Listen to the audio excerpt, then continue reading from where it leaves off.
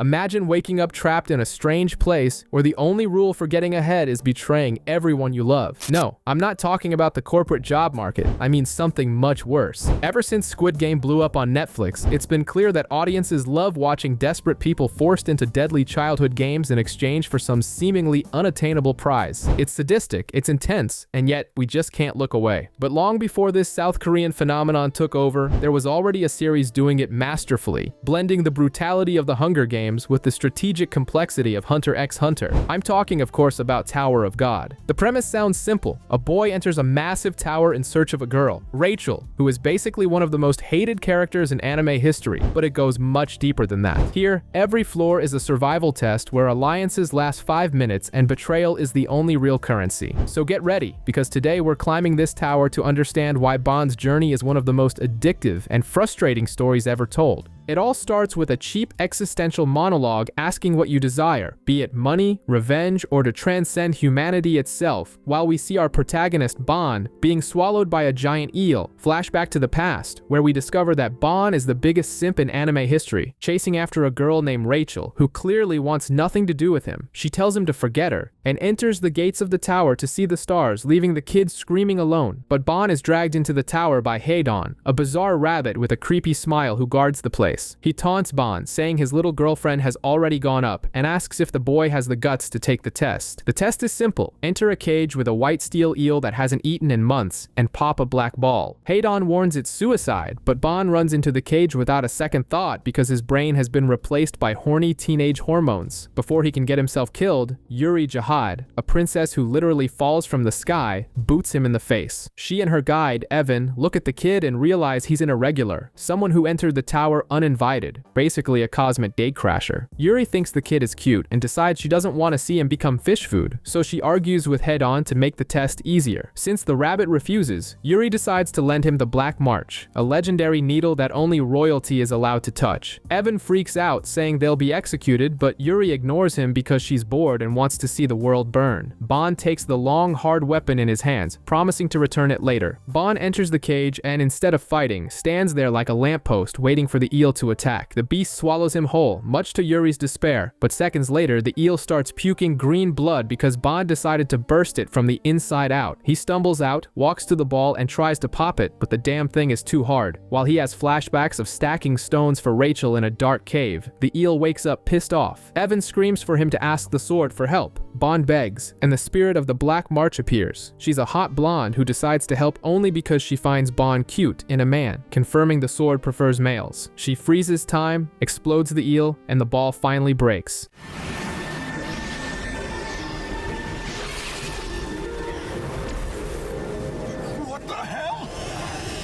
Bond is teleported to the next floor, taking the legendary weapon with him, forcing the princess and her guide to chase after this accidental little thief. On the second floor, Bond wakes up in a field of yellow grass. The narrator announces that out of 400 participants, only 200 will remain, turning everything into a frenetic battle royale. Bond tries to eat grass because he's an idiot, but soon has to run from a giant guy, who is killed by a sniper, who is then humiliated by a giant crocodile named Rak, who throws snipers like they're toothpicks. In the end, Bond finds himself surrounded by a blue-haired guy with a briefcase named Khun and the buff alligator, realizing his life as a simp in the tower is going to be short. We continue the massacre in the grass field, where the reptilian hunter Rak calls our protagonist Black Turtle and decides he wants to hunt him. Khun, the boy with blue hair and the face of someone about to run a Ponzi scheme on you, joins the conversation, saying a talking crocodile is worth some decent cash. This pisses the beast off because he insists he's a Rak and not an alligator. Khun notices the sword in Bond's hand is the legendary Black March, and being a self-interested politician, decides to ally with the kid. Meanwhile, elsewhere, a green lizard girl and a samurai swordsman are trading violent blows while a guy in a purple tracksuit named Shibisu watches from the bushes, sad because he's being ignored with the same intensity your parents ignore you at Thanksgiving. Khun and Bond form a temporary alliance, and Khun immediately questions if Bond is a cold-blooded killer, only to find out the kid just wants to find his owner, Rachel. Khun realizes Bond is an irregular, but decides to use the kid anyway. The massacre time ends, and the administrator cube announces the next phase. Form teams of 3 where everyone must be touching. Yes, the rule is basically a 5-minute forced physical contact orgy.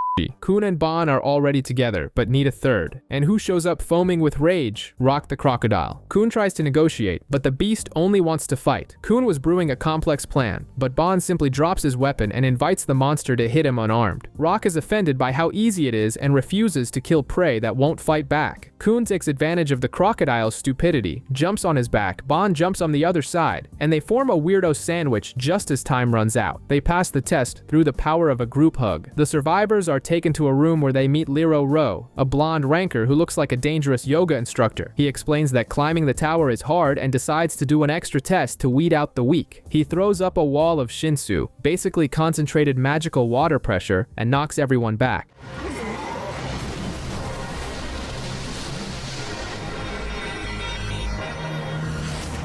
Everyone except Ban. The kid just stands there with a blank stare, asking if the test has started yet. Liro Ro is shocked that the boy didn't even feel the pressure. And Ban, being the most innocent and dense being in the universe, asks if he should walk back behind the line to be fair. While everyone else is shitting themselves trying to cross the blue barrier, Liro Ro bets Ban on who will pass first. The lizard girl Anak and the samurai hots walk through like it's nothing. The sniper who tried to kill Ban earlier has a mental breakdown, screaming that it's unfair, until Liro Ro traps him in a pressure bubble to show him what real suffering is, frying the poor guy's brain. Ban asks about Irregulars, and Liro Ro drops the bombshell. They are monsters who open the tower's door themselves and bring chaos. Meanwhile, Khun and Rak make it across with ease, and even the useless Shibisu manages to crawl through, almost dying in the process. With the team formed, Liro Ro warns Ban to be careful with Khun, because blue-haired people are never trustworthy, and they move on to the next test under the gaze of a mysterious blonde who knows Khun's full name. In the torrential rain of family drama, we discover that Khun's sister became a princess, and as a reward, his entire family was exiled and treated like trash, proving that meritocracy in the tower works about as well as a pyramid scheme. Khun's mother, a candidate for Mother of the Year, taught the boy not to trust even his own shadow, which explains why he carries a briefcase full of secrets and paranoia. Meanwhile, Ban stares at the ceiling, marveling at the concept of a sky, since he's literally a caveman who thinks stars are some kind of rare candy. Rak, the intellectual crocodile, laughs at the boy's ignorance, but Khun begins to wonder why on earth Rachel would take care of a pet as dumb as Ban. A stranger with a face like a plastic bag and skin that's way too smooth appears to give them a tip, saying the secret is to finish in 5 minutes. Khun, paranoid as ever, thinks it's bait and pulls a knife because dialogue is for the weak. They enter the door test, where they have 10 minutes to pick one out of 12 doors. The test director, Han Sung-yu, watches as Khun goes into full Sherlock Holmes mode, breaking a cold sweat and calculating the sun's mass just to open a doorknob. But Rak hates 2 things: needles and thinking. The alligator simply kicks a random door open before time runs out, and lo and behold, they pass. Today's moral lesson is that being a strategic genius loses hard to brute force and confident stupidity.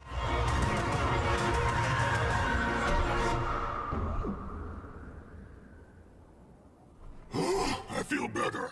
While some groups pass and others fail, we discover that a sadistic administrator named Quant caused a massacre in an extra test in a grass field, leaving only one group with a hooded blonde girl and a giant. Han Sung-yu thinks it's brilliant. In the next phase, Liro Ro offers a bonus test, the crown game. The rule is simple: steal the crown, sit on the throne, and try not to die while 5 teams try to rip your head off. The winner gets a free pass to climb the tower. The green lizard Anak decides she has no time to waste, enters the arena, whips everyone with her weapon, and sits on the throne like she owns the place. Ban's sword, the Black March, starts vibrating in his inventory like it's excited by the lizard's violence, but Ban's focus shifts when he sees the hooded blonde girl in the arena. The ultimate simp recognizes the silhouette. It's Rachel. His stalker instinct is screaming louder than the danger of death. Ban lets out a hysterical scream calling for Rachel, but he is successfully ignored, which sends him into denial, thinking that can't be his owner. Back to the brawl. The background character team argues about who will sit on the throne, but Anak the lizard remains there, serene and untouchable. Hats, the honorable samurai, gives a motivational speech to Shibisu, who gets so emotional he basically tries to kiss the swordsman, creating the most awkward broment on the floor. Things heat up when the sleepyhead Lauro wakes up from his nap and decides to fire a Shinsu power at Anak's face. The lizard dodges, but the Black March in Ban's hand starts vibrating uncontrollably. Khun, seeing that the lizard has an overpowered ignition weapon, suggests giving up, but before they can escape,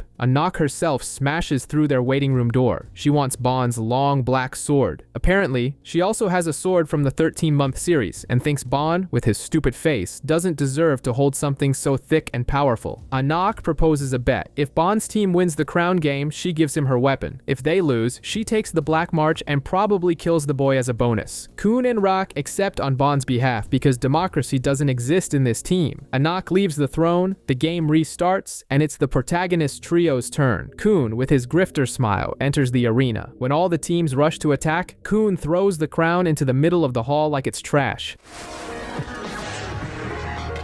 This is too much work. Here, have it! The idiots from the other team start killing each other over a piece of cheap metal on the floor, proving that the average IQ in the tower is negative. While chaos reigns, Khun calmly walks to the throne, pulls the real crown out of his briefcase, because he never threw the real one. Obviously, the boy sits on the throne without any effort. In the waiting room, Rachel's teammate asks if she can kill everyone. The sweet Rachel looks at Bon sitting on the throne and gives the execution order with the coldness of someone ordering a pizza. The simp has no idea what's coming for him. An answer is thrown in our faces right at the start, but as always, 10 more questions pop up to fry our brains. Khun's suspicious briefcase isn't just for carrying his face creams. It works like a bootleg Mary Poppins magic bag, capable of cloning items and apparently illegally trafficking human beings. He reveals he smuggled allies inside because nothing says fair play like hiding 3 grown men in a carry-on. The signal for the attack is when he ties his hair in a bandana, looking ridiculous, but his goons interpret it as showtime. Khun's allies pop out of the bag and start beating up the extras, except for a stubborn fighter dressed in a latex jumpsuit that leaves little to the imagination. She charges at Rachel, and it's at this moment that Bon proves to be the biggest simp in anime history. The boy abandons the throne, forgets the crown, gives zero shits about his team's victory, and throws himself in front of his owner to protect her. He releases such an absurd amount of Shinsu that he becomes a human atomic bomb, disintegrating the crown and exploding the entire arena. The game ends with no winners because the protagonist decided to rage quit reality. Lero Rowe is dizzy trying to understand what just happened, realizing that this boy with a stupid face has the potential to topple the entire tower if he wakes up in a bad mood.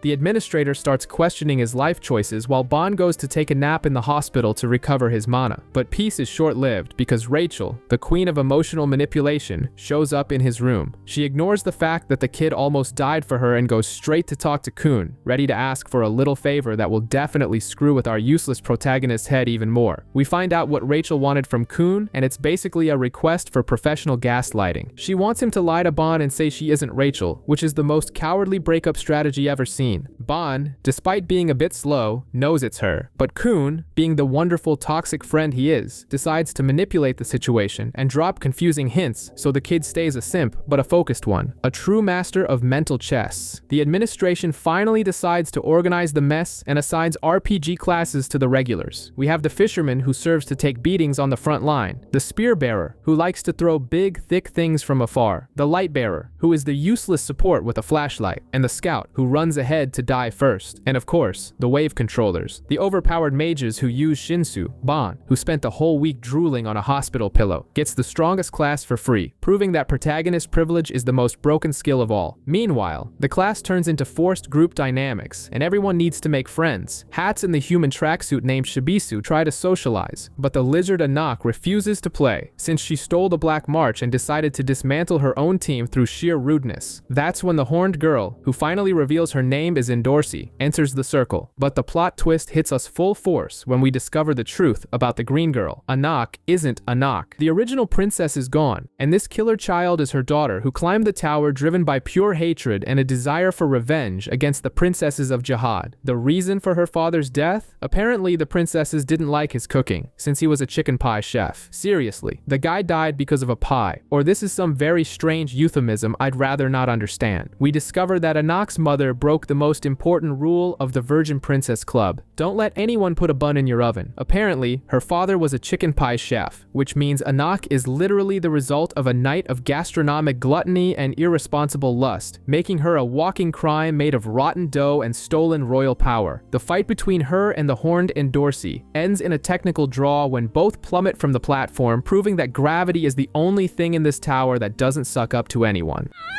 Let's make it a family affair!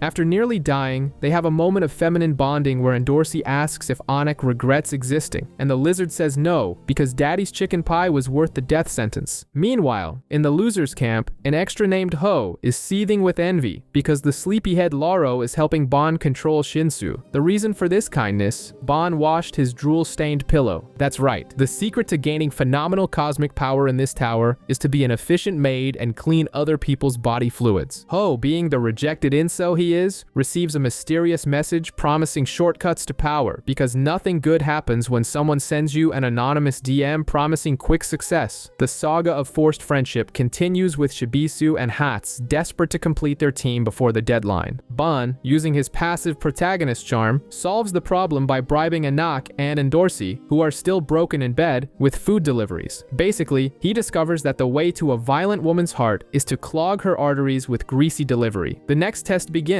and it's a glorified game of tag where the kids have to run from a superpowered adult. Bon ends up on the opposite team from his boyfriends, who chose Khun as the it guy or the bait or whatever. The rules are irrelevant when violence is involved. Quant, the administrator for Bon's team, enters the arena and starts beating up Khun's colleagues by himself, proving that abuse of authority is the true driving force of this tower. But the other administrators know that Quant has a fatal flaw. He gets reckless when he's tilted, just like a teenager playing ranked after losing 3 in a row. Faced with Quant's brutality, Khun activates Plan B, which technically boils down to running for the hills screaming. Our blue-haired strategist's plan is to use Anak as the real bait and dispatch Quant while he prepares the ground at the exit bridge. The administrators think Team A is done for, but Rock the Crocodile remains confident that his blue turtle has more tricks up his sleeve than a drunk kid's party magician. When Quant reaches the bridge, Khun is already there waiting with that smile of someone about to commit a white-collar crime. He lies through his teeth, saying Anak threw herself into the abyss, challenging the instructor to do the same. In reality, the lizard is floating on a hidden lighthouse under the bridge, which Quant quickly realizes because sensing the smell of Shinsu is basic. Khun tries to bluff again and jumps, being saved by Anak's whip weapon while she runs for the exit. It looked like the perfect victory until Khun and the sleepyhead betray their own team in spectacular fashion. They give Quant a ride on the lighthouse, allowing him to fly up and steal Anak's badge.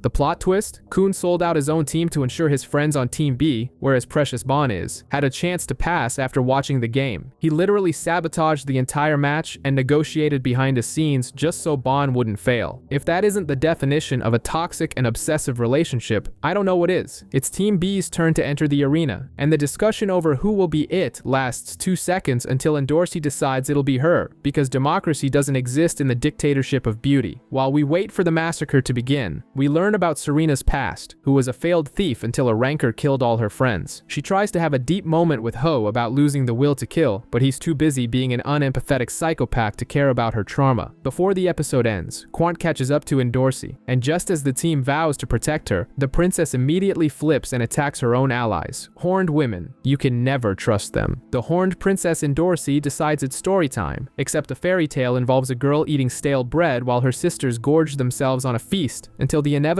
moment she kills everyone to take the food. Basically a typical Tuesday in a dysfunctional family, or a low-budget cooking reality show. Endorsey applies this savage capitalist logic to the test. If she kills the fisherman on her own team, there are more spots for her, and in the middle of this psychotic break, she drops a bomb on Bon, warning him that Michelle is actually Rachel in a wig. Our sim protagonist's brain can barely process the info before the princess starts the massacre. Meanwhile, we discover that Ho, the guy who looks like he cries in the shower, receives received a mysterious letter saying that if he killed Rachel, Bon would stop climbing the tower. His genius plan is to kidnap the useless girl. Bon, being the ultimate white knight, ignores the psychopath killing people next to him and runs to save his queen. The sadistic administrator Quant arrives to get in the way and teaches Bon, mid-fight, how to inject Shinsu into others' bodies to freeze their movements, like a magical roofie. But Ho, realizing he's a complete failure, decides to stab Rachel in the back before realizing he has no way out and stabs himself, quitting the server of life permanently. Back at the horror show, Bon turns his new skill against Quant, but Endorsi steals the scene. She arrives with a fancy ignition weapon, but Quant, tired of games, rips her vest off in the middle of the arena. Anyone would think this was turning into a cheap adult movie, but the princess had the badge hidden in places where the sun don't shine, or almost. She takes advantage of the awkward moment, clings to the administrator pretending to be desperate, and steals his badge. My badge is here, see? And your badge is also right here. Team B wins through cheating and forced seduction. Rachel and Ho leave on stretchers, and the thief Serena takes the opportunity to slap Endorsi in the face, proving that a catfight is exactly the entertainment this tower needed. The episode starts with Ho's funeral, where the import tax on tears is near zero. Serena, realizing this anime is too dangerous for extras without power, decides to quit the game, but first leaves her knife as a gift for tracksuit boy Shibisu, because nothing symbolizes friendship like passing on a cold weapon. The real problem arises when we discover that the big guy ghost evaporated and Rachel, now transformed into a human paperweight due to the stabbing, has automatically failed. Khun tries to play shady lawyer, offering to become an administrator to change the rules, but the director shuts him down, saying only an Irregular has the standing to ask for that. That's when Bon raises his hand and basically shouts to the world that he is the freak everyone feared. He volunteers to take the legendary administrator's test, just to carry Rachel to the next floor. This kid's simping has transcended the barriers of logic, and now he's willing to face gods to save the girl who barely looks him in the eye. Meanwhile, we discover that Khun is actually a functional sociopath who manipulated Ho into dying, ensuring there were just enough spots left for Bon to pass. He tells Lero Ro everything with the smile of someone who would sell his own mother for a power-up. Director Han Sung-yu, who still has the face of someone who knows your browser history, reveals his own cards. He shrunk Rak, turning our alpha predator into a cute crocodile keychain because apparently he was too big to walk through the hallways. The rest of the regulars enter a 2-second moral dilemma about whether or not to help Bon. Khun tries to pretend he's going to abandon his friend to protect a group's reputation, but his acting is as bad as Ho's attempt at being a villain. In the end, they all decide that social suicide is better than loneliness, and agree to help Bon pass the impossible test, proving that peer pressure works even in deadly magical towers. The suicide test begins, and Bon is living every professional simp's dream, trapped in a lukewarm bubble with the girl he's chased across entire floors, just waiting to be swallowed by a giant fish. The goal is literally to become pet food, but for Bon, that's just a romantic Tuesday. While the happy couple floats in total irrelevance, the rest of the regulars are busy fighting the local wildlife to ensure the dolphins don't die of indigestion. Shibisu, the man who turned the tracksuit into a failed lifestyle, encounters the bull, a creature that just took a human off the menu and is looking for dessert. Shibisu tries to use reverse psychology, offering up his own meat and insisting he's delicious, in a pathetic attempt at interspecies seduction that would make even an RPG bard cringe. When the monster refuses the gastronomic offer, Shibisu tries using the butter knife Serena left behind, only to discover that cheap steel doesn't pierce boss-level monster hide. The result is obvious. He runs away screaming that he actually tastes like sludge and disappointment.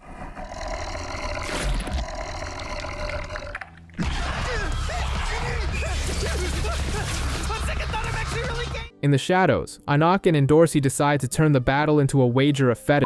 The bet is simple. If the horned princess kills the bull, she takes Anak's long, thick weapon. If the green lizard wins, Endorsi becomes her personal slave for life. The sexual tension is brutally cut short when Ren, an assassin disguised as a bath sponge, appears to inflict some psychological trauma. He dangles Anak's dead mother's necklace like a dog treat, revealing he's been manipulating the bull this whole time just to lure her in. While the director watches, knowing exactly what was going to happen, Ren recovers the green April and orders the princess to kill Anak as a test of loyalty, proving that toxic masculinity even exists in magical sheep. Across the map, Khun's foolproof plan hits its biggest obstacle, human stupidity. Hots and Rak are ready for the tactical ambush, but Paracule, that cowardly green pickle, panics. He accidentally stabs a goblin in the butt with his spear, ruining the stealth strategy and drawing the wrath of an entire tribe, proving that putting an idiot on the team is the most dangerous debuff of all. Ren is salivating inside his sheep costume, thinking he has absolute control over the princess. But Endorsi decides that her complicated friendship with her niece is more interesting than following orders. She rejects the command, preferring to have lunch with Anak rather than serve the system, and the two engage the assassin in a full-on brawl. They even try to combo their attacks using the 13-month series weapons, but Ren continues to tank everything with the ease of someone using cheat codes. However, the slumber party ends when the real mommy arrives. Jue Jahad lands on the scene after tripping over the useless Shibisu and makes it clear that nobody touches the king's toys but her. She starts beating Ren with the delicacy of a steamroller, reminding everyone of the massive gap between a ranker and the plebeians we've been watching.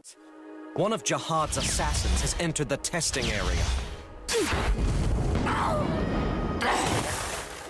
Meanwhile, Rak gets tired of running like a scared lizard and decides that hitting goblins is free therapy. Chaos reigns in the arena until Loro, the supreme napper, finally decides to wake up and work. He uses his powers to levitate his allies and makes the test's pigs fight the goblins, turning the battle into a wild bacon buffet. Khun, with his legendary poker face, pretends this entire chaotic mess was part of his plan from the start. Behind the scenes, a mysterious hacker who looks like Khun's lost brother shuts down the surveillance cameras before the administration notices Yuri has invaded the server. Director Han Sung, knowing everything, stalls the guide Eben with some terrible instant coffee while the brawl plays out. But the main event happens in the love bubble. Bon gives an emotional speech about how he's grown and stopped being a crybaby, defeats the bull that Ren sent as a parting gift, and finally, he and Rachel are swallowed by the divine sea fish. Victory! Success! They pass the test. But that's when the magic happens. In the digestive silence of the fish, Rachel simply stands up from her wheelchair. Apparently, her paralysis was about as real as a $3 bill. And then, without saying a word, Rachel reaches out and pushes Bon into the dark abyss of betrayal. The simp has been slaughtered, ladies and gentlemen. The protagonist falls into the depths while realizing, too late, that the only thing he's eating in this tower is the dust of defeat. The cold, hard truth is revealed with the impact of a brick to the face. Rachel was never the chosen one. The tower security system failed harder than a government website on enrollment day, letting this imposter in by mistake while the VIP invite was actually for Bon. We find out the bland blonde shook at her boots before the white steel eel, proving she can't handle anything long and slippery, unlike Bon, who faced the challenge head-on. Desperate to climb without any merit, she made a pact with the psychopathic rabbit Heydon, agreeing to do the dirty work and send Bon to the great beyond in exchange for a free pass. Basically, she sold her soul so she wouldn't have to get her hands dirty, proving to be the most despicable human being in existence. The plot thickens when we discover she manipulated Ho through a navigator, orchestrating her own stabbing just to create a lame excuse to stick to Bon like a needy tick. Her envy grew faster than a college student's debt as she watched Bon shine, and when the moment came in the giant fish's mouth, she decided that if she couldn't be the star, nobody would. She pushes the master simp into the abyss, securing her spot in the Hall of Fame for anime's biggest traitors. Back on the surface, Rachel, putting on a completely fake front, claims that Bon has been devoured by the bull.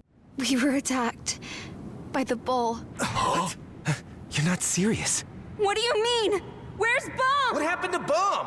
The group of misfits passes the test, but the atmosphere is so heavy that even Rock the alligator loses his will to hunt. Khun, but his galaxy brain, realizes this story has more holes than Swiss cheese and decides to carry Rachel up the tower, not because he likes her, but to implode the system's rules from the inside. Lero Ro and Quant, tired of the administrative circus, quit their jobs to seek the truth. And at the bottom of the pit, literally, Bon wakes up alive because bad weeds grow tall and shonen protagonists don't break easily. He is instructed to climb the tower if he wants answers, proving the only thing bigger than the tower is this kid's Stockholm syndrome. 6 years have passed since Bon was betrayed with the coldness of an overdue bill, and Jue Jahad continues her overprotective sister saga by knocking on Princess Jaina's door to use the royal GPS and find her lost toy. We cut to the 20th floor, a place so hellish it makes the DMV look like a luxury spa. The failure rate is insane, and the cost of living turns everyone into a loan shark slave. This is where we meet Jiao Wang Nan, a blonde kid with generic comedy protagonist energy who is buried in debt and fails more often than a dial-up connection. On his final life, Nan enters a room for a 10-minute battle royale where the only rule is don't die. The problem? He runs into a brooding, edgy goth named Jue Viole Grace, who radiates "I listen to too much My Chemical Romance" energy. This new Bond, now with long hair to hide the depression, had already wiped the floor with the other participants, leaving the place looking like a butcher shop. Nan, realizing his health bar was about to hit 0 in 2 seconds, proposes a strategic truce to save energy, and Viole accepts with the silence of someone who is dead inside. The room starts filling with bizarre figures, including a walking wardrobe named Kang Hor-yang and a lost child, creating the most random group since the Deep Web Avengers. But there's always an idiot to ruin the mood, and the last player decides to pick a fight. Bad idea. Viole unleashes his wave controller powers and reveals he's a member of Thug, the terrorist mafia trying to topple the king, proving he swapped his innocence for Shinsu steroids. Nan and the girls try to stall, and for a split second, the indebted blonde escapes being disintegrated by Viole before the buzzer sounds.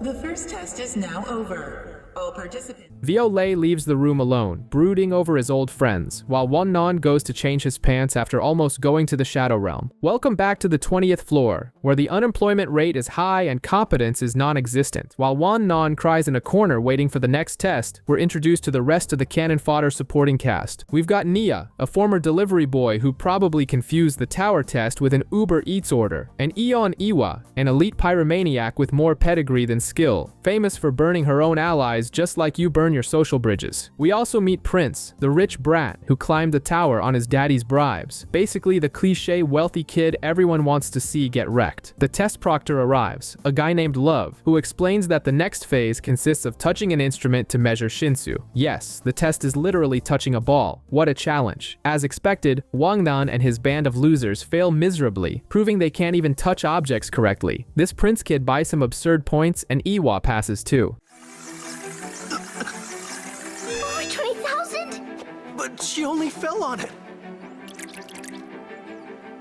But then it's our edgy goth protagonist's turn. Viole, radiating "I hate Mondays" energy, touches the machine and the meter has a stroke, hitting over 100,000 points and blinding half the arena with the glow of main character energy. The proctor, realizing Viole carries the Thug symbol and is basically a gifted terrorist, says he has the right to pick 7 companions to carry on his back. Nan, seeing a golden opportunity to be carried like a toddler's backpack, throws himself at Viole's feet, begging for a spot, but Viole looks at that pack of useless nobodies and decides he'd rather go solo. He asks the proctor to fail everyone because the back pain from carrying this team would be unbearable. But Proctor Love, who apparently has an inferiority complex against Fudge, proposes a deal. If Viole can beat him in a little game, he can climb alone. If he loses, he has to become a babysitter for the failures. Viole accepts with the indifference of someone who knows the script protects him, while the rest of the gang is just thankful they weren't deleted from existence. The stage is set for an official ranker to beat up a rising emo kid. While the tension should be skyrocketing, Nan and the other rejects decide it's a great time to bond by playing cards, proving their priorities are as low as the group's collective IQ. On the other side, Proctor Love is being warned by his boss not to let his personal hatred for Thug interfere, but he clearly doesn't give a damn and is dying to commit some abuse of authority. Love announces the start of a game called Reliable Room, which has a set of rules more confusing and bureaucratic than a rental contract. There are leaders, defenders, companions, room stealing,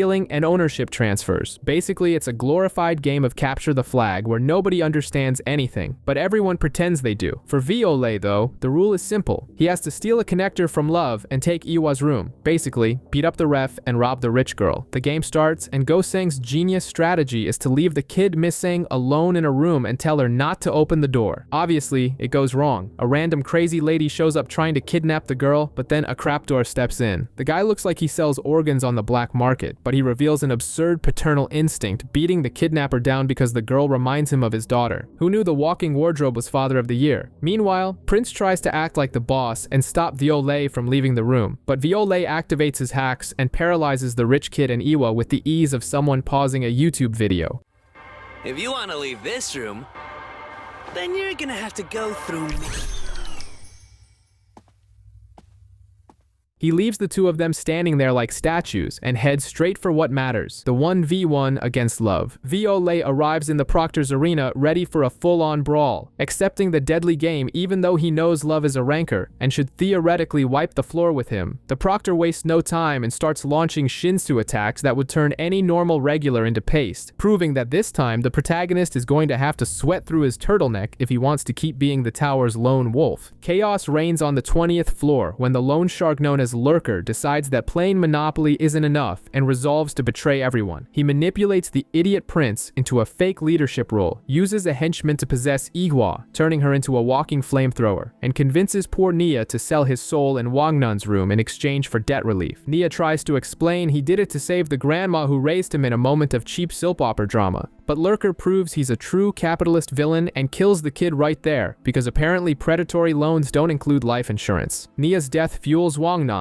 who decides the best strategy now is to interrupt the clash of the titans between Viole and Love. While Viole is busy trying not to be obliterated by a rancor with Fug-related childhood trauma, Wangnun appears out of nowhere. He steals Love's remote control with the dexterity of someone stealing a neighbor's Wi-Fi and proposes an alliance to the edgy emo. Viole, realizing it's easier to carry this dead weight than to argue, accepts the trade. Viole knocks out the possessed Iwa with a love tap. Horyang crushes the mercenary threatening prince, and Wangnun goes after Lurker with the rage of someone whose credit score was unfairly tanked. But when Lurker tries to play the victim of society card, claiming he was also exploited, Wangnun decides to channel his inner Naruto. Instead of finishing the scumbag off, he forgives the loan shark to break the cycle of hatred, a move that would make anyone with a brain puke rainbows, surprising absolutely no one who understands storytelling. This excessive kindness convinces Viole that maybe, just maybe, it's worth carrying this misfit daycare up the tower. Love, realizing he's been played for a fool and that his boss is also with Fug, decides to apologize by buying everyone dinner because nothing says sorry for trying to murder you like a plate of greasy fried chicken. In the end, Wangnun questions his life choices, but Viole, who wanted to kill everyone yesterday, accepts the invitation to climb with them. While the back of the class crew gets organized on the 20th floor, we shift our focus to the real mastermind. Khun, the blue-haired strategist, is busy recruiting new pawns for his human chessboard. He finds Adin Don, a speedster scout who gave up on the tower because his legs got tired, and proposes a friendly bet. Khun offers a gemstone that could buy a small country if Adin wins, but if he loses, the speedster becomes the team's indentured servant. Of course, Khun cheats as naturally as he breathes, wins the bet, and drags the poor guy to his mansion. And that's where things get Oscar-worthy. We discover Khun is looking after none other than Rachel. The backstabbing blonde is in a wheelchair, pretending her legs don't work, acting better than a daytime soap star. She plays the perfect victim, dependent and fragile, while Khun plays the role of the devoted protector. Khun introduces his new team of misfits: Apple, a scout who loves gossip; Michael, a suspicious religious doctor; Getang, who cooks and throws spears; and Ron, a kid from the Khun family addicted to electricity and senseless violence. To decide who's top dog, Novik, a high-ranking spearman, decides to test little Ron. What should have been a bar fight turns into a public humiliation when the lightning kid proves that size doesn't matter and defeats Novik, but the real plot twist happens behind the scenes. Khun reveals to his team that he knows perfectly well Rachel is lying about her paralysis. He knows her legs work just as well as her ability to betray people. Legs might stop working for real.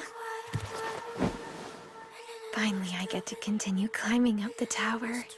I can't wait. He plans to usurp the Khun family leadership and give everything to his teammates on one condition. They must protect Rachel, but pretend they're her friends. Khun warns them that she is responsible for the death of his best friend Bon. He's playing a long, tortuous psychological game, keeping the assassin close to mentally torture her or wait for the perfect moment for payback. It's the kind of toxic relationship that would make therapists quit in droves. Meanwhile, Iwa starts following Viole, thinking he's a public menace, unaware that the real danger is the blue-haired psychopath planning revenge on the other side of the tower. The lovely dysfunctional family reunion begins with Iwa meeting Viole's legal guardians, a one-eyed guide named Hua Ryun and Ha Jin Sung, a master who smiles like a used car salesman, but is actually there to decide whether to kill everyone or not. Apparently, Funk has quality standards for their Godslayer candidates' companions, and Viole's current team has the consistency of Jello in the sun. Hua Ryun decides to drop the season spoiler and explains that Viole is the chosen one to kill King Jahad. It turns out the king made a pact with the administrators that basically activated God mode, preventing any native of the tower from hurting him. But since Viole is an irregular who came from outside the server, the admin rules don't apply to him. Basically, he's the only glitch, bug, and hacker capable of crashing the system. And Fug is using his old friends' lives as emotional blackmail to make sure he hits his assassination quota. Meanwhile, Iwa tries to deal with the fact that she involuntarily bursts into flames whenever she gets nervous, proving she's a walking biological hazard. A Craptor, with all the sensitivity of a brick wall, notes that it doesn't really matter since Viole carries the team on his back anyway. The group then sets off for an extreme biology test on the 21st floor. The mission is simple. Enter the orifices of a giant sea creature called the Zigenna, which is worshipped as a local god, and look for a rare flower inside its guts. The team splits up to explore the two available entrances, opening the door for jokes about which hole is tighter, but we'll keep it classy while they navigate gastric juices and parasites. They need to be fast because every 30 minutes the beast rotates its body, turning the interior into an organic blender, while the useless squad led by a Craptor chases a mutant pig thinking it's the right way. The rest of the group stumbles into a problem slightly bigger than intestinal parasites. They discover that the test administrators, in an act of pure psychopathic benevolence, locked a high ranker inside the monster's stomach with them, ensuring the mortality rate stays at acceptable levels. We're in the middle of a very unfair cockfight between our favorite emo, Viole, and a high ranker who is clearly using cheat codes. The rule is simple. If Viole gets the flower, he wins. If the ranker catches Viole, the kid becomes his property, which sounds disturbingly like legalized human trafficking. Or Yang, trying to be useful, uses his pocket to coordinate a group attack worthy of a shonen anime. They think the power of friendship and teamwork will overcome the level gap, but when the Zigana rotates and they launch their surprise attack, they find that hitting this ranker is like trying to knock down a skyscraper by throwing wet spitballs. The guy is so strong he doesn't even feel a tickle. Just as the high ranker is about to turn Viole into paste, little Miss Zhang appears chasing a cute critter with the flower on its back. Viole, with his suicidal hero complex, throws himself in front of a blow that should have vaporized the girl and blacks out instantly.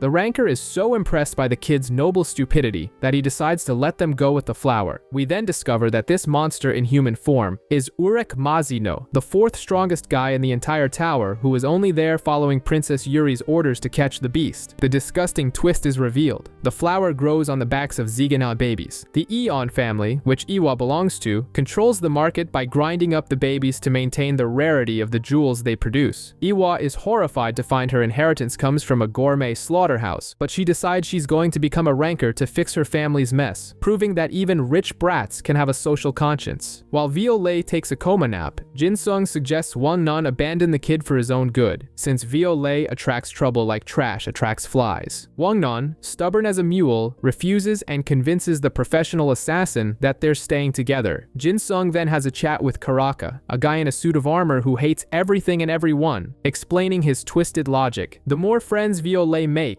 the more hostages Fug will have to motivate him to climb. It's an HR strategy based on psychological terrorism, and Karaka approves, but he puts a spy on their tail just in case. The episode ends with Iwa trying to cook and nearly poisoning the team with carbonized food, while Wang Nan sets a new goal: reach the 30th floor in 2 years to participate in the battle at the workshop, where maybe, just maybe, they'll find Viole's old friends without dying in the process. It seems the tower has finally discovered ChatGPT, but instead of using it for school essays, they're using a chatbot named Emily to pry into everyone's private lives. It's definitive proof that gossip is the most powerful force in the universe, surpassing even Shinsu. 2 years have passed since the last episode, which means if you're still watching this, your standards for entertainment remain as low as Wang Nan's self-esteem. Kun's team is in the middle of a test where Aiden Don, the speedster scout who runs faster than a dad going out for milk, decides to cheat by using Emily to track enemy positions, while Ron, the electric brat carrying the whole team on his back, does all the dirty work of beating up extras. Abing just runs in for the glory, proving that in real life, the guy with the wiki link always beats the guy with the skill. Meanwhile, Viole's team is playing a high-stakes game of hide-and-seek. They're using holograms and cheap tricks to deceive opponents, while Viole does what he does best, being an overpowered protagonist who solves everything through silent violence.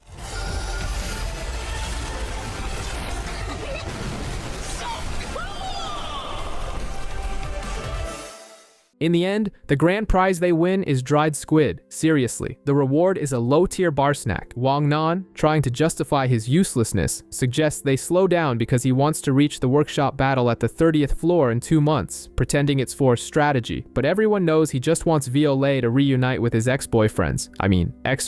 Back at the sociopath headquarters, Khun lectures Aiden about trusting sketchy AI and confiscates his phone like a middle school teacher. But as Aiden is leaving, he bumps into Rachel. Our favorite villain comments that she'd love to have his legs, a line that sounds less like a compliment and more like a serial killer picking which body part to harvest first. After Khun puts Rachel to bed, maintaining his role as simp nurse of the year, he takes the confiscated phone and decides to ask Emily if Bon is alive. The answer is a yes, so direct it nearly gives the blue-haired tactician a heart attack. But the weirdness doesn't stop there. A creep named Traveler is in the chat declaring eternal love for Emily, thinking she's a real waifu who'd actually give a loser like him the time of day. The AI responds with a distorted demonic voice straight out of a B-list horror movie, saying she wants to be human, while we cut to a totally normal scene of a woman screaming inside a vat of goo, proving the tower's tech support is a literal nightmare. They're ridiculous! You will never be a human! You can never be a human! I can't wait to fall in love.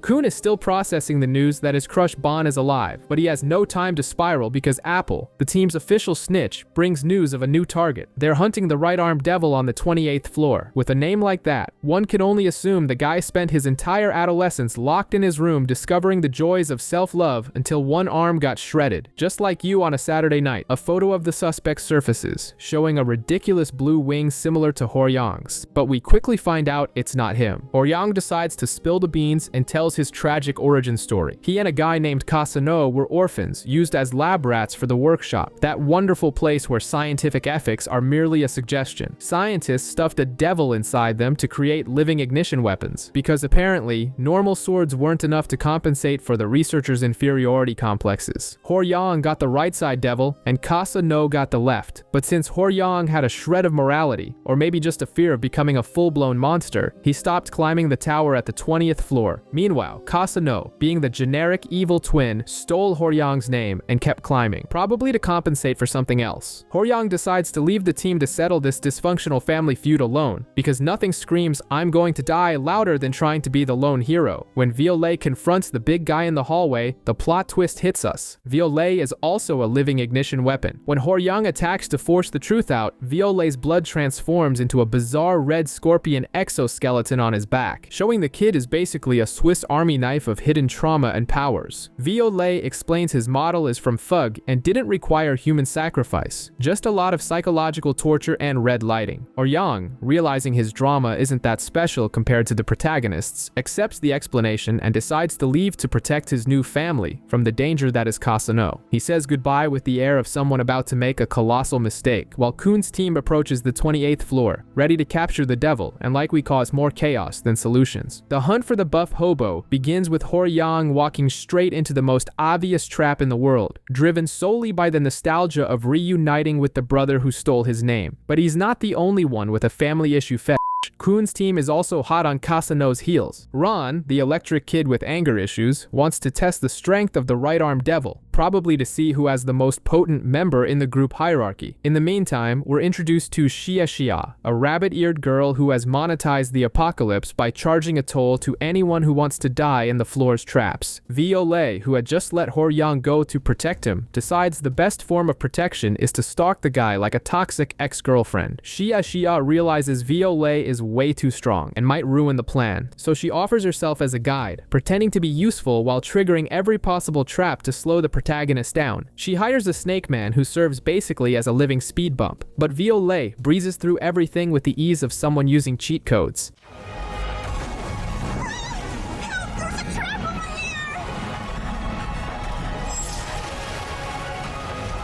The capitalist bunny panics and starts stalling, proving her loyalty costs less than a withered carrot. While Viole plays Minesweeper, Horyang finally reaches the hideout, thinking he's in for a civilized chat, unaware that the only thing he'll receive is a warm welcome from Fug and a heavy dose of family betrayal. Xia's strategy becomes clear. She's working with Kasano, and her job is to ensure no one interrupts the dysfunctional family reunion. Viole keeps pushing forward, ignoring the red flags and basic logic, determined to save the friend who who asked to be left alone, because consent isn't a word in a shonen protagonist's dictionary. The family reunion reaches the peak of stupidity when Kasano decides to greet Horyang by shoving a Shinsu-powered fist straight through his chest, leaving the big guy with a smoking hole in his torso. Xia the bunny appears, revealing she's part of Fug, confirming the plan was never to kill Horyang, but to recycle his body for more bizarre scientific experiments, since Fug loves playing Lego with dead people. But the party has crashed when Viole invades the scene and comes face to face with Khun. Viole, realizing his ex-husband is right there, panics. He has to maintain his evil assassin persona while trying to save Khun's skin without Fug noticing he's a total softie. Before they can discuss their relationship, Xia decides the mood is too heavy and blows up the entire building. Let's begin! Damn it! What the hell does that crazy girl think she's doing? Witness the birth of the new As Khun escapes through the rubble, the realization finally hits him that Slayer candidate psychopath was actually his dear Bon, but now it's too late to ask for his number. Meanwhile, elsewhere in the tower, Rachel decides to remind everyone why she's the most despicable being in existence. Aiden Dawn rejects her offer to be her legs, throwing it in her face that he knows she can walk and that she's a horrible person. Rachel, handling rejection with her signature maturity, grabs a knife and starts stabbing the poor guy's legs, ensuring that if she's faking not being able to walk, he won't be able to walk for real. Apple and Michael just watch and laugh, revealing that Khun's team was more compromised than Swiss cheese, proving that trusting people who laugh at torture is never a solid plan. The great team swap continues, more confusing than a reality TV finale, with Viole and Khun playing hot potato with their teammates. Viole, now the official leader of Fug's Suicide Squad, finds himself stuck with the capitalist bunny Xia and the budget cyborg. While Viole wants to kill the king and save his friends, Xia just wants to turn Viole into a famous Fug influencer, proving that not even terrorist organizations can escape digital marketing. To round out the circus, Viole recruits Ron and Novik, convincing Khun's dynamic duo to join him to avoid being shredded by Fug. Basically, Viole builds a team consisting of 2 psychopaths who hate him and 2 hostages who are only there for the meal vouchers and survival. On the other side of the misery spectrum, Khun takes lead of Viole's old team and discovers the only useful thing left is Aiden Dawn. And by useful, we mean miraculously alive. Hey! This guy's still breathing! Really?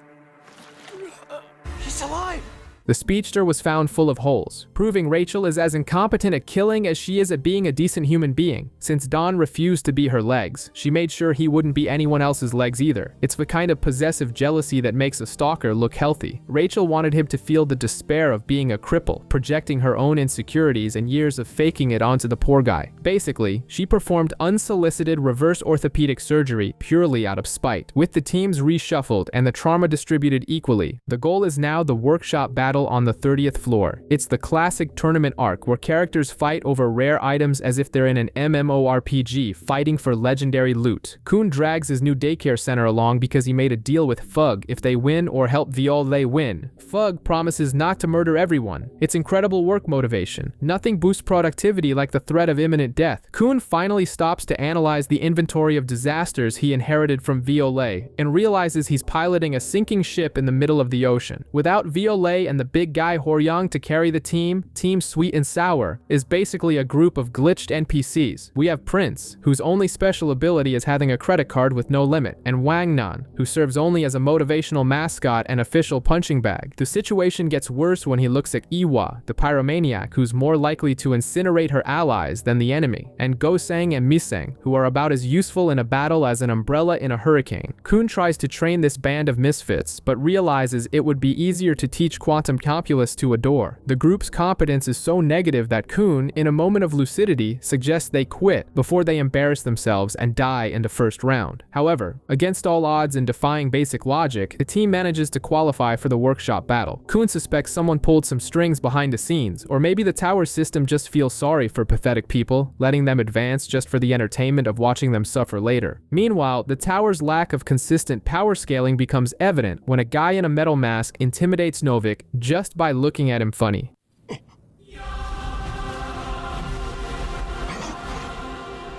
If you'll excuse me, Mr. Viole.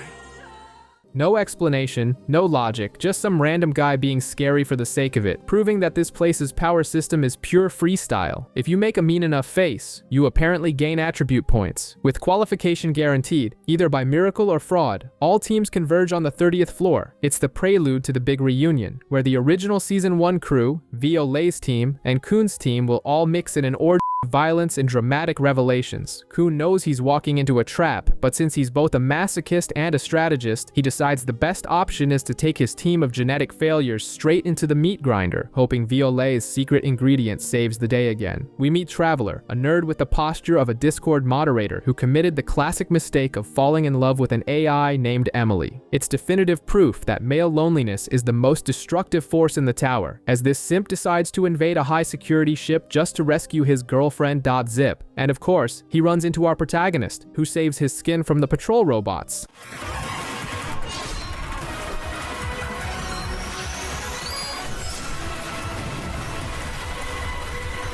In this moment of male vulnerability, the protagonist decides to drop the fug, edgy emo cosplay and introduces himself by his real name, Bon, probably because saying "Hi, I'm Jue Viole Grace, Slayer candidate" sounds too ridiculous even for him when no one's looking. Traveler, oblivious to the danger, accepts the help, unaware that his new best friend is wanted in 12 different solar systems. Meanwhile, the test begins with something called the one-shot, one-opportunity game, or plug game, which sounds dangerous but is really just a bunch of people chasing bullets in the woods. Shibisu's team decides to ignore basic strategy and focuses purely on hunting FUG members, driven by that healthy hatred of people who think Khun is dead, proving that a lack of communication is the true villain of this story. Speaking of Khun, he continues his penance of trying to carry Team Sweet and Sour. He tries to be the brains of the operation, but it's hard to plan strategies when your partner is Wangdan. The blonde, along with Dawn, decides that the tactical priority in the middle of a war zone is to watch TV and drool over Dorsey's interview, shouting compliments in broken English like two cheerleaders in Heat. It's pathetic, it's shameful, and it's exactly the behavior expected from men who have never touched a real woman. The episode culminates in the encounter everyone expected and no one asked for, and Dorsey finally crosses paths with Bon and Traveler. But since the princess has the visual perception of a mole with cataracts, she looks at long-haired Bon and only sees Viole, the mortal enemy. She's ready to turn the love of her life into paste, proving that romantic reunions in this series always involve attempted homicide. Princess Dorsey decides the best way to greet Viole is through extreme domestic violence, lunging at him like an ex-girlfriend who just found his phone password. Bon, demonstrating zero self-preservation instincts but plenty of twisted chivalry, refuses to fight back. Instead, he uses Traveler as a human artillery tower, ordering Emily Simp to throw anti-tank explosives at the princess's face. Obviously, Dorsey emerges from the smoke only slightly dusty and with her clothes torn in just the right places for fan service, because anime physics don't apply to pretty women with horns. While the couple discusses their relationship with plastic explosives, Khun makes the executive deadbeat dad decision and abandons the kids of the group to fend for themselves. Prince and Misang are left behind, and Khun's logic is, if they die, they die. Unfortunately for them, it's not Child Protective Services that finds them, but Verdi. She's a psychotic little girl who controls a giant octopus and decides she wants to turn Prince and Misang into her dolls. And when a strange girl with a tentacle monster says she wants to play dolls with you, that's the exact moment you call the police. On the other side of the map, Hats decides it's time for a rematch and crosses swords with Kasano. The honorable swordsman finally gets to show that he's been training more than just his tough guy face, and the fight becomes a parade of handsome men sweating and clashing phallic weapons to an epic soundtrack. Hats proves that technique and a stiff blade beat any magic steroids FUG injected into Kasano, but the real highlight is the angry midget brawl between Ron and Anak. It's basically watching two spoiled kids with superpowers trying to kill each other. Anak with the grace of a runaway tractor, and Ron shooting lightning and acting like he owns the playground. The fight is brutal, fast, and ends in a technical draw, proving that size doesn't matter when the concentrated hate in your heart is big enough. In the end, no one wins, but the audience wins by watching minors beat each other up. One nun decides that abandoning children to certain death violates his non-existent moral code, so he convinces Khun to play hero. However, the dynamic duo of incompetence discovers that the lowly early version of the ring, also known as Verdi, is too strong for them. Meanwhile, Viole decides the best way to hide his identity is to tie a clock over his face like a budget Wild West bandit. He faces off against Shibisu's team, which features a circus variety of freaks. A bee-man who probably suit DreamWorks and a giant redhead. They manage to block the protagonist's Shinsu, forcing Bon to tap into the Red Devil's power, manifesting a single wing on his back like a gothic fallen angel.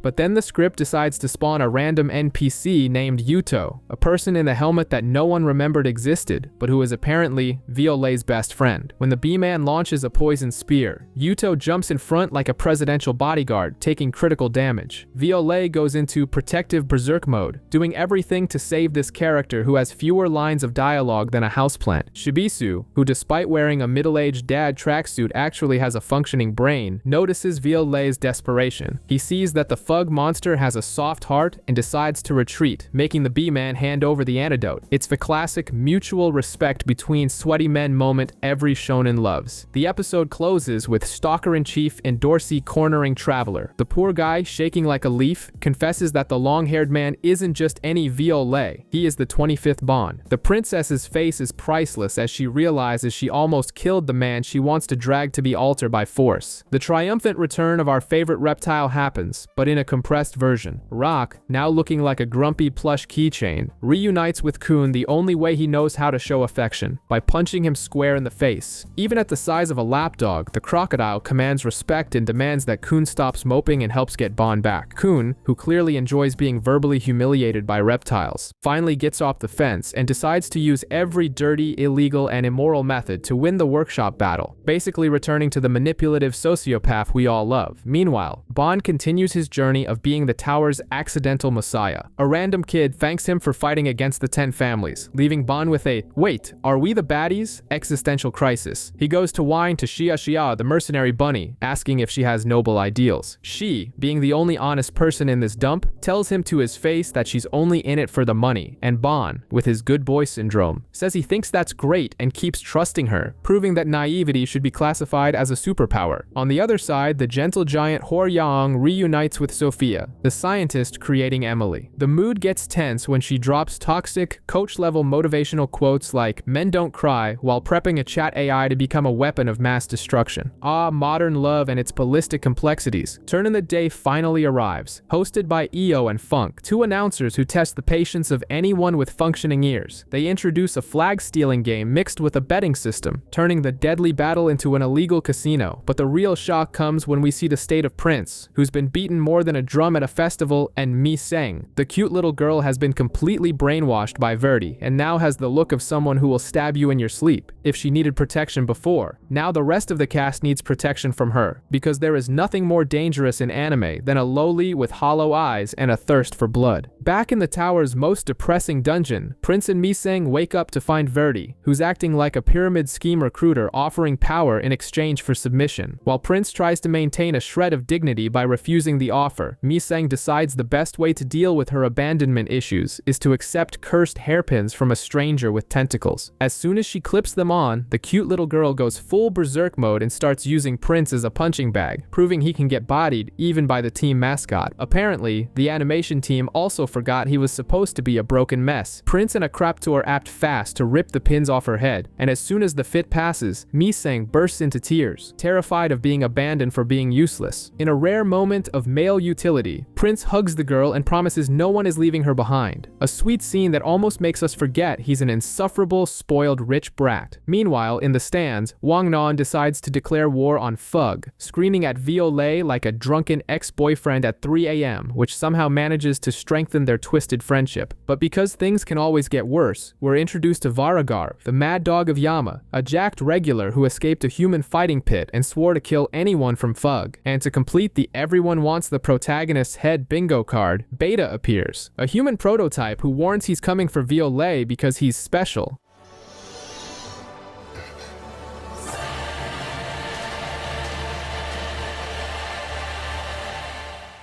Meanwhile, Endorsi and Anak play detective while staring into Viole's golden eyes, making it painfully obvious that his disguise has more holes than a soap opera plot. The animation budget finally cleared and were gifted with the fight between Anak, the rebellious lizard, and Ron, the Khun family's resident lightning brat. Ron decides honesty is for the weak and pops a lightning pill, getting juiced up for 5 minutes and becoming faster than fiber optic internet. But Anak, who has the durability of a nuclear-resistant cockroach and the temperament of a bus driver on a Monday morning, refuses to stay down and keeps charging in on pure spite, wanting to settle things with their fists. Just when it looks like they're going to kill each other in an explosion of lights and special effects, Paracule, that useless green cucumber, interrupts the fight, making them both whiff their hits and pass out from exhaustion. The result? Both are disqualified due to the referee's technical incompetence, because apparently, rules actually matter in this lawless wasteland. Backstage, Viole, dressed in a sharp suit looking like a corpse bridegroom, meets Beta. The cyborg reveals that Viole is basically a successful test subject and that the weapon he carries is just a replica of the real Thorn. Fug wants to give the original to Viole so he could become the ultimate puppet, but the kid decides he's going to steal the item to get out of this mess. Meanwhile, Hats fights a robot that decides to self-destruct because its code was probably written in Java, but he's saved by Lero Ro, who shows up out of nowhere just to prove Season 1 characters still exist and are still hot. Khun uses his big brain to convince the staff that the fight ended poorly because of Paracule, securing a second chance for the fighters. But the moment that actually matters happens at the post-event party. Rak, tracking his target like a bloodhound, finds Viole. The crocodile ignores every law of physics and social norm, lunging at Viole with a bear hug that nearly snaps the boy's spine, crying like a baby and proving that the true romance of this anime is between a giant reptile and his pet turtle.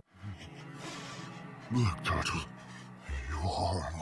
The emotional family reunion between the crying crocodile and his favorite turtle is brutally interrupted by Endorsi, who decides hugs don't grant XP and drags Rak away like a knockoff leather bag at a clearance sale. She takes the chance to remind Bon he owes her a date, proving that even in the middle of a civil war between terrorist factions, this girl won't stop trying to escape the friend zone. Meanwhile, at the corporate party, Kang, Hor-young, decides to ignore the fact that he was recently betrayed and nearly killed just to share a weird waltz with Kusang, promising he'll return to her team as soon as he's done playing hero, which is basically the biggest death flag anyone could ever raise. At dawn, the tournament kicks off on a tropical island where Fug and the Mad Dogs are about to play Battle Royale on a budget. The main mechanic involves entering dark caves and summoning partners, turning the anime into a gacha simulator with a terrible drop rate. Wangnan, our favorite blonde with the utility of a traffic cone, enters a cave, and with the help of Khun's omnipresent brain, manages to defeat 2 extras and summon the pyromaniac Quietro to carry him. While the scavenger hunt is in full swing, Viole decides teamwork is for people without trauma and goes off on his own to steal the Thorn. But the award for worst strategist of the day goes to Novik. The guy receives an anonymous tip that if he betrays Fug, the Mad Dogs will help him. He blindly believes it, picks a fight with Reflejo, and discovers, to the surprise of absolutely no one, that it was a trap. The girl who gave him the tip appears behind him to finish the job, but Novik pulls a marathon runner move and manages to escape, bumping into Kong, who is also just wandering around aimlessly.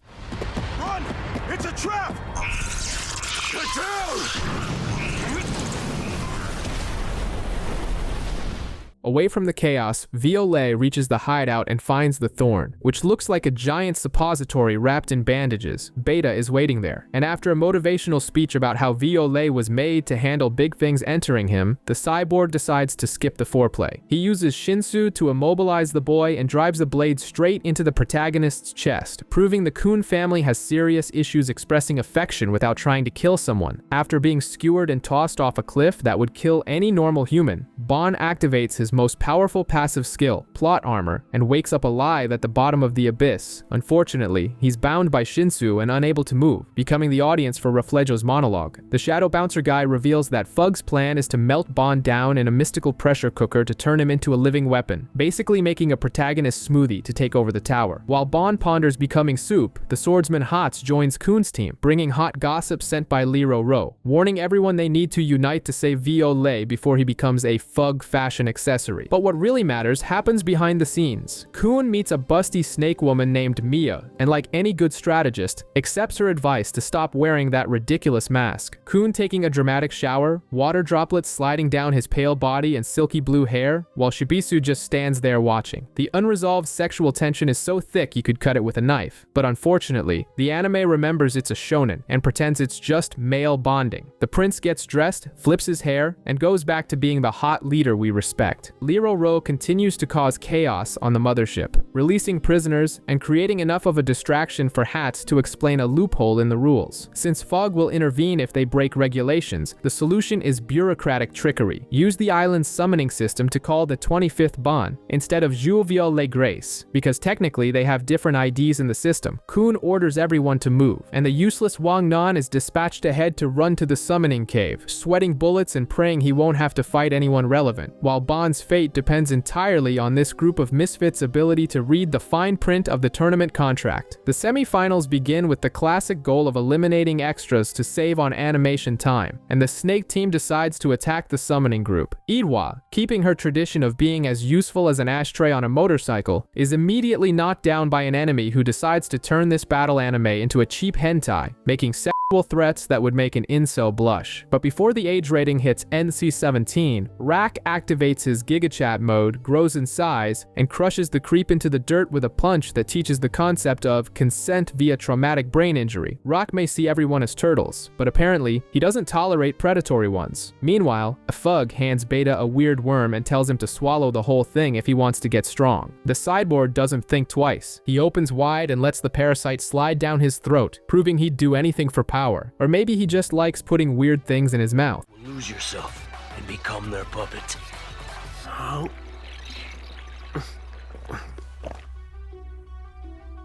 The bug gives him a boost, but carries the risk of demonic possession, which is just a typical Tuesday in this tower. Quaitro, the pyromaniac with an attitude problem, decides to hold the line so Wan Nan can keep running, ignoring his own advice about not trusting friends, proving that even psychopaths have a soft spot. Deep in the pit, Viole realizes that staying tied up waiting for rescue is something Rachel would do. He decides he's tired of being the damsel in distress, flexes his muscles, and pierces the Shinsu barrier with pure willpower. Upon touching Enryu's thorn, the giant object realizes who the alpha male in the relationship is, shrinks down, and starts floating beside him like an obedient pet. In the middle of the confusion, the masked Yuto finally strips, or at least takes off the helmet, revealing herself to be Hua Ryun. The redhead has been playing 4D chess from the start, planning the exact moment Viole would take control of the thorn to stop being a tool for Fug and become an independent god. Wang Nan, sweating like an asthmatic marathon runner, finally reaches the summoning pool and starts a video call with Viole. The blonde starts crying with joy seeing his friend alive, in a moment of pure bromance that almost convinces us everything will be okay. But since happiness is fleeting, Beta sneaks up and drives a blade into Wang Nan's back, interrupting the tender moment with attempted murder, and proving that looking at your phone while an enemy is on the loose is hazardous to your health. With Wang Nan leaking vital fluids from the new hole in his back, Viole tries to use Talk no Jutsu via webcam to convince Beta not to finish the job, but the cyborg is too busy being a vengeful idiot to listen to reason. Luckily, the cavalry arrives in the form of Rak, Valray, and Iwa, and to absolutely everyone's surprise, Iwa finally stops being useless, controls her flames, and burns the parasite inside Beta without charring the rest of the cast, proving that miracles do happen.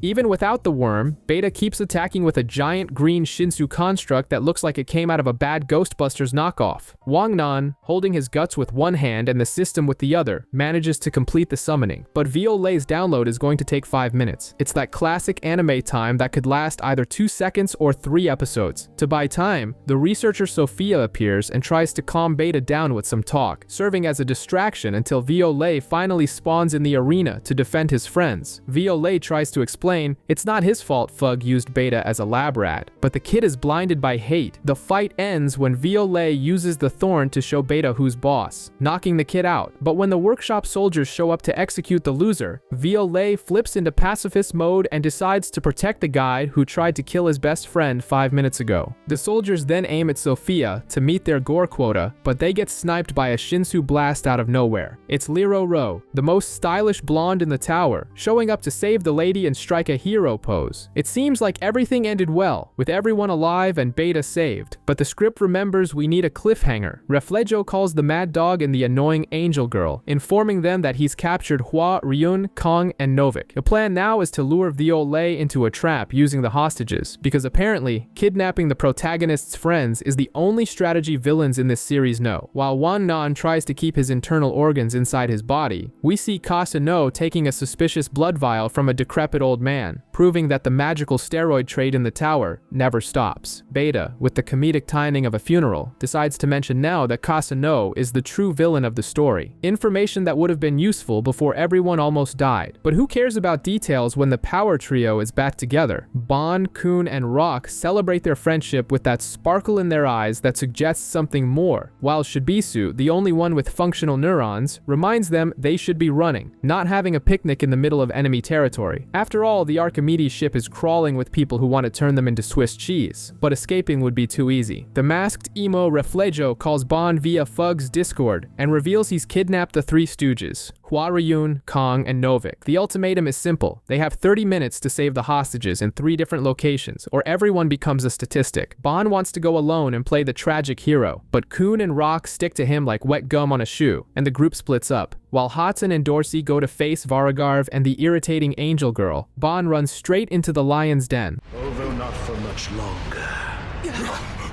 As expected, I knew you would come, Viole.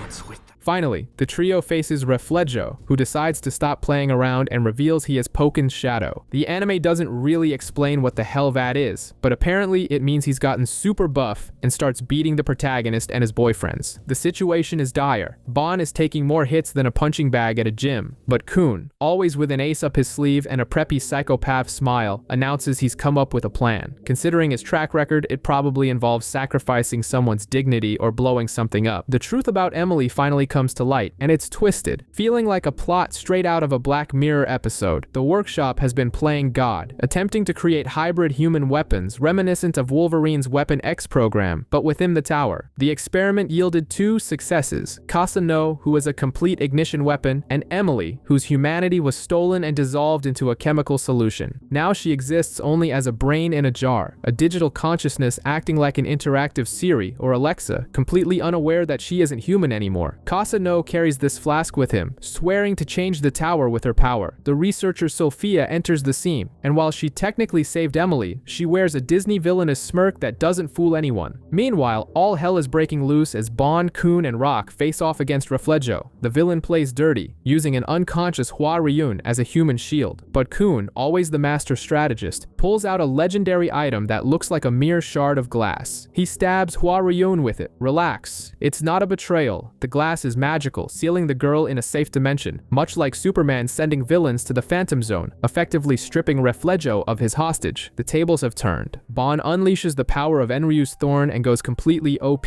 overpowered. Realizing he can't tank the protagonist's hits, Reflejo begins his tragic backstory monologue. His family was slaughtered by a princess of the 10 families, and he was blinded simply for daring to look at her. Beneath his mask, his eyes are sewn shut. It's a Batman-tier villain origin story, justifying why he threw his lot in with Fug. Elsewhere, Dorsey is absolutely bodying Mad Dog, burying him in a crater like something out of a Wile E. Coyote cartoon, while Hats captures the angel Ron May. Seeing the ship sink, the bunny girl Xia Xia flips the script and decides to guide the heroes. Back at the mountain, Reflejo hits the kamikaze button. If Viole won't be the god he envisioned, then no one leaves alive. He floods the area with lava, turning the stage into a hardcore Super Mario level. Lero Ro makes a stylish entrance to hold back the Fug ranker, but the platform collapses. As they fall, Reflejo grabs Ban in a final act of desperation to take the hero down with him. Ban sees his life flash before his eyes, but curiously, his memories focus almost entirely on Wang Nan and his ring, radiating some intense team movie bromance energy. But before they're toasted,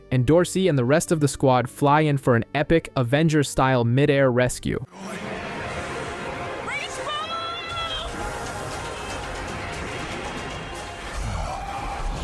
This is fine. the arc finally decides to end with the divine intervention of a radio-addicted smoking nerd named Po Bidao Gustong, who, just by chance, is the head of one of the 10 great families and tells Fug to stop bullying the kids. Thanks to this deus ex machina with glasses, Wang Nun and his team of misfits are declared winners of the workshop battle, proving that failing upwards is a valid strategy. Speaking of the immortal blonde, Wang Nun recovers from a stab to the heart in record time, raising suspicions that he might be the prince of the tower, or just has the healing factor of a radioactive cockroach. He carries a Jahad ring and regenerates faster than an isekai fan's dignity, which, let's be honest, is suspicious as hell. The night ends with a party where Shibisu gets wasted and passes out, while Khun watches Bon and Rak sleep together on a giant mattress with that voyeuristic smile of someone who wrote all the fanfics you read in secret at 2 a.m. But the highlight is when Princess Endorsi decides she wants to play house and drags Bon on a date. Our protagonist, who has the emotional intelligence of a door, goes to the movies and a cafe without understanding a thing, while Rak and the rest of the daycare spy on them. Endorsi takes him to a private garden, but instead of showing him how babies are made, she just gives him a kiss on the cheek. Bon leaves the experience just as confused as he entered, proving that not even a princess can penetrate this boy's mental virginity barrier. Now that the party's over, the depression returns. The group needs to hunt down Kasano, who escaped with Horyang's powers, and Emily, the juice box girl. Hua Ryun, who basically serves as the group's GPS, points out that the target is on the 34th floor, boarding the Hell train. The blue-haired boy is so happy to have his pet back that he decides to play hairdresser and cuts Bon's hair, officially ending the protagonist's soft gothic emo phase. So Khun officially joins Bon's team to make sure no one dies of stupidity, while Shibisu and Anak go to investigate Rachel separately. And in the post-credits scene, we see Rachel smiling alongside Kasano and Emily, saying she's going to save the tower. Coming from the person who pushed her best friend into a hole, saving probably means setting everything on fire and laughing while the world burns, feeding an ego the size of her forehead. Can we see it? All right then, let's go. And finally save this tower.